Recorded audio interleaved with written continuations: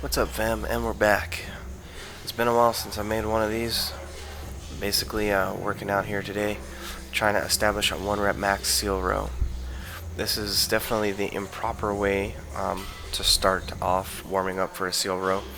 This is pretty much the second progression of weight I've put on this. There was no warm-ups or anything like that done. It's about 10:30 at night.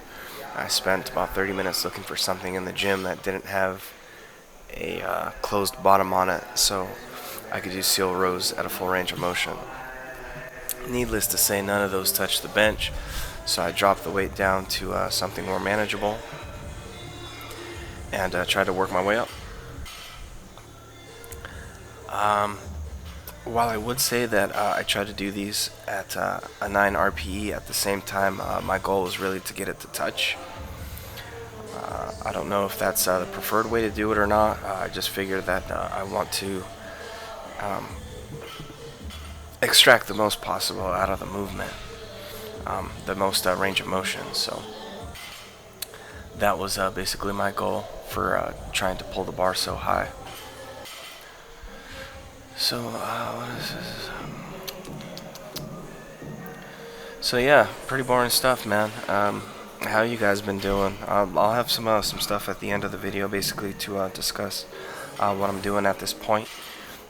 Needless to say, seal rows with a barbell is a little different for me. I kind of tweaked my left bicep, going full retard with that second set with my little jig rig here. While this from the eyeball looks like it's close, the first one touched, the second and the third one were just a hair off, so I'm assuming this is probably 9 RPE. Whether I could do more reps would probably be irrelevant after the third one, because I felt them stop touching the bench after the first one, so I called it. Yo, what's up? So, what's up, man? We're back. I'm gonna try and keep this short and sweet. I started a new program. I'm dieting again. I'm not gonna tell you that you're gonna expect all these wonderful things from me. I'm just gonna pretty much prove what I want to do through action from this point forward. So basically, I came into the gym tonight to do a brand new 1 rep max seal row. All the benches that we have closed loops at the bottom of them, so I wouldn't be able to get full range of motion down here if I stuck a barbell through one. So I had to improvise, and basically what I did is I grabbed a bench from the bathroom to do the seal rows with.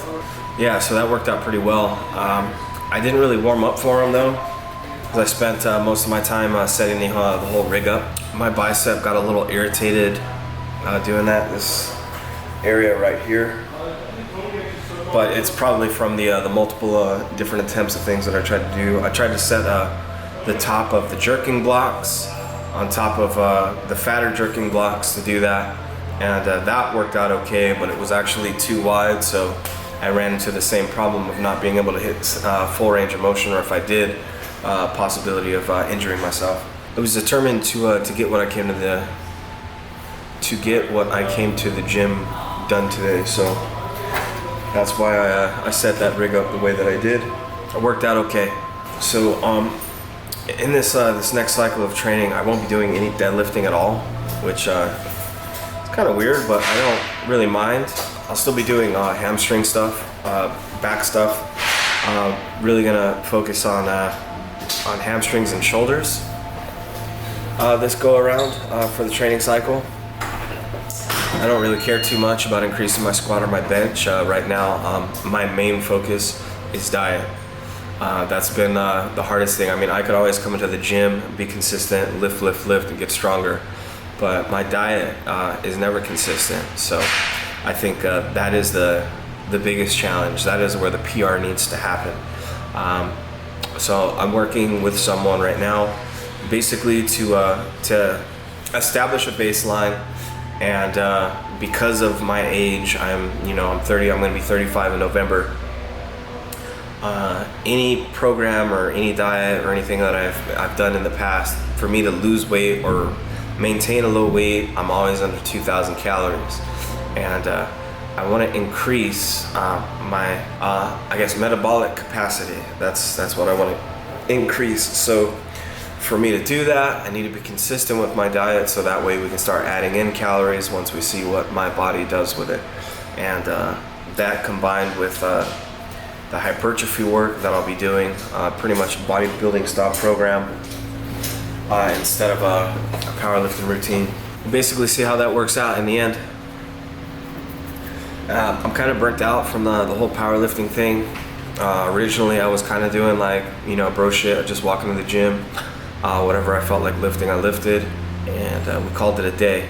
So once I got into, I started making like a lot of good gains. So I wanted to do more specific programming.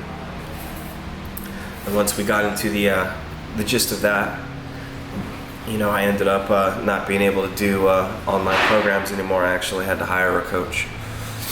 So once we got to that point of the game, I worked with a powerlifting coach, strength athlete, Annie Jazreeli, for a while, almost a year, and made awesome strength progressions. But at the same time, my main focus was the strength progression and really not worrying too much about the consequences of diet with the strength that came with it. So I put almost 200 pounds on my total, pretty close, 160, 180, I can't remember the exact number, but at the same time I also put on roughly 45 pounds.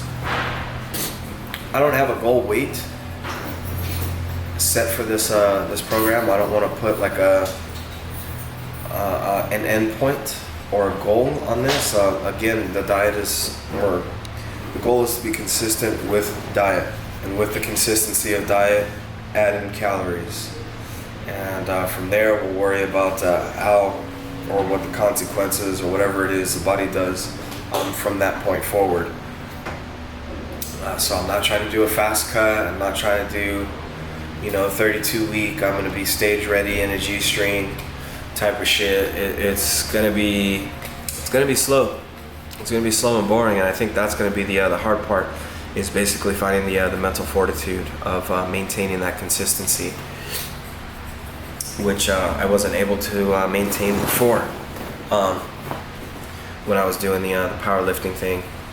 So I don't want the added pressure of I'm gonna lose my gains if I focus on diet, and I want to feel good about what I come to the gym to do. And while what I lift makes you feel good, at the same time, like, I want to take my shirt off and feel good. And that may be a shallow thing, but I mean, you have to be realistic too when you set expectations or goals when you come to the gym. Is that are you coming to the gym? If you want to be strong, then accept the fact that there's a possibility, based on your genetics, you're gonna have to be fat. You're gonna have to be tubby or chubby, whatever the fuck it is. If you get lucky, you probably have a high metabolism. You're already skinny as fuck, so you can eat your ass off and hate yourself while doing it, and and gain strength at the same time. If that's you, you're in the best position. If you're someone like me, just the slightest erratic change in my dieting habits throws my metabolism off. I could slow it down to like a halt, no cardio, low calories, and maintain a low body weight. But as soon as I, have a couple of days off the wagon, it's an instant 10 pounds. Instant. Luckily, I got sick while I was on vacation, so I actually came back the same weight that I left, around 242. That's what we're starting this program at. And again, I'm not putting a stressor on myself that there is a goal at the end of this, other than to increase my calorie intake to where I don't binge so much, as I would have a few consistent weeks, and then I would have 3 or 4 days where all the numbers were erratic. Fats were doubled, carbs were doubled, protein was low. Sometimes I just didn't even eat because I ate so much shit from the day before. And that was a really hard habit to break. I don't know what it was. If it was